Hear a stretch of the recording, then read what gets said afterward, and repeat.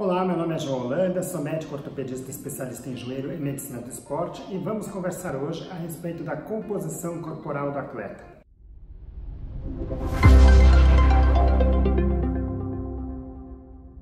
O peso corporal é uma medida determinante para o desempenho esportivo em praticamente qualquer modalidade esportiva.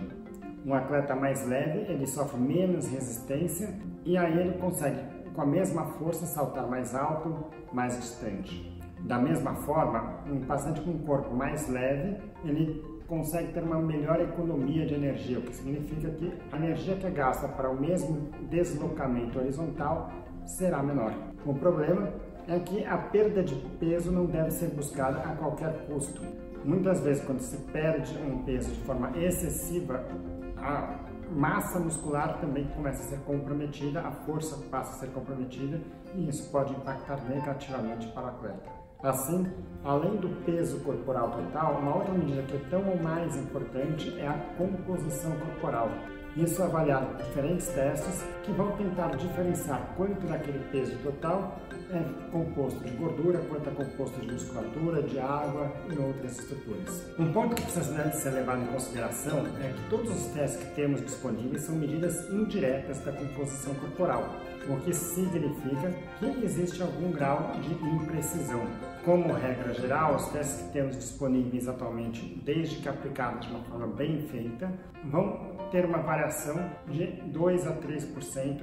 Assim, quando um teste indica que um atleta possui 13% de gordura, ela de fato pode ter 10% ou pode ter 16%. Muitas vezes, vemos nos testes valores de referência de qual que seria a composição ideal. Isso pode até ser válido do ponto de vista populacional, para uma pessoa que está buscando uma questão de saúde. Mas para o atleta, onde pequenas variações vai fazer isso mais diferença, isso não deve ser tão considerado. Usando aquele mesmo exemplo anterior, quando pegamos um atleta que tenha 10% de gordura, uma outra atleta que tenha 16% de gordura, de fato elas podem ter exatamente o mesmo percentual de gordura, que seria de 13%, considerando essa margem de erro de até 3%. Assim, a composição corporal ela tem uma utilidade muito maior para acompanhamento individual de cada atleta. O que significa isso? Um atleta que fez uma medição de 18% de percentual de gordura e aí mantém uma rotina de treinamento e dieta e daqui a 2 meses repete o teste e tem 14% de percentual de gordura, isso significa realmente que ela perdeu aqueles 4%, que ela melhorou a composição corporal dela. Vendo de outra forma, uma atleta que tenha perdido 3 kg de peso corporal, ela pode ter perdido 2 kg de gordura e 1 kg de massa muscular. Visto de uma outra forma, uma atleta que ao longo dos treinamentos teve uma perda de 4 kg de peso corporal, ela pode ter perdido 2 kg de gordura e 2 kg de massa muscular, que é uma situação ruim, ou ela pode ter perdido 6 kg de gordura e ganhado 2 kg de musculatura, uma situação completamente diferente. Esse é um dos principais objetivos da avaliação da composição corporal, ou seja, avaliar qual é o efeito do treinamento e da dieta sobre a estrutura corporal do atleta. Uma outra coisa que a gente é sempre questionado é qual é o melhor método para a avaliação corporal do atleta. E aí existem diferentes objetivos. O padrão ouro, que é considerado padrão ouro para a avaliação da composição corporal, é a densitometria. O problema da densitometria é que ela é feita em um aparelho grande, que não é portátil, de alto custo e costuma ter disponível nos grandes laboratórios. Ou seja, para a avaliação com esse tipo de parâmetro, é preciso que o atleta se desloque para o laboratório, o que não é prático para um atleta que vai fazer essa aferição eventualmente semanalmente. A aferição por pregas cutâneas é talvez o método mais utilizado, vamos dizer, na beira do campo, pelo fisiologista, pelo treinador físico, médico do esporte. E é um método que é barato, prático e ainda ajuda a diferenciar a composição em diferentes segmentos corporais. A desvantagem dele é que ele é muito operador dependente, ou seja, quando pega 2 pessoas diferentes fazendo a medida, muitas vezes acaba tendo resultados um pouco diferentes. A aferição seriada pela mesma pessoa, ela tende a ser muito mais precisa.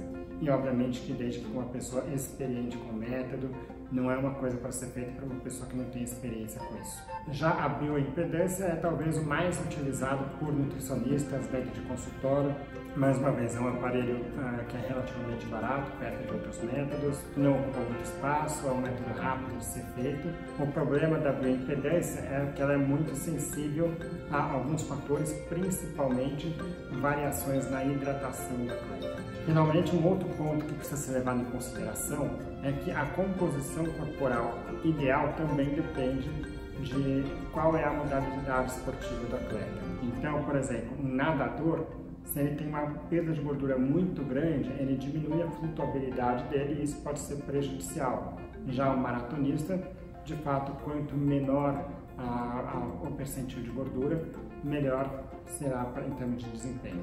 De modo geral, podemos dividir os esportes em 3 categorias. Aqueles em que realmente o peso é muito sensível, onde realmente o que a gente busca é uma composição corporal com mínimo de percentil de gordura.